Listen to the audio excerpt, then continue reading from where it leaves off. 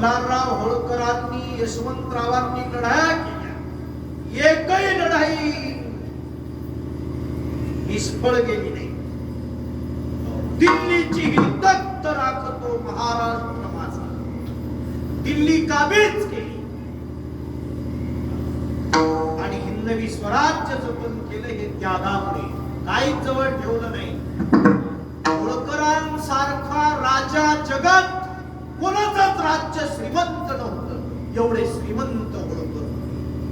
पण त्या श्रीमंतीचं लेणं स्वराज्याला अर्पण करून हिंदवी स्वराज्य जतन केलं, जिवंत ठेवलं. त्यांचं नाव पुण्यश्लोक कायद्यातील काही ठेवलं नाही. अंगी वैराग्याचे काय जवळ ठेवलं. स्वतःच्या पोराचा रथ अति वेगात केला. न्याय दक्ष, प्रजा दक्ष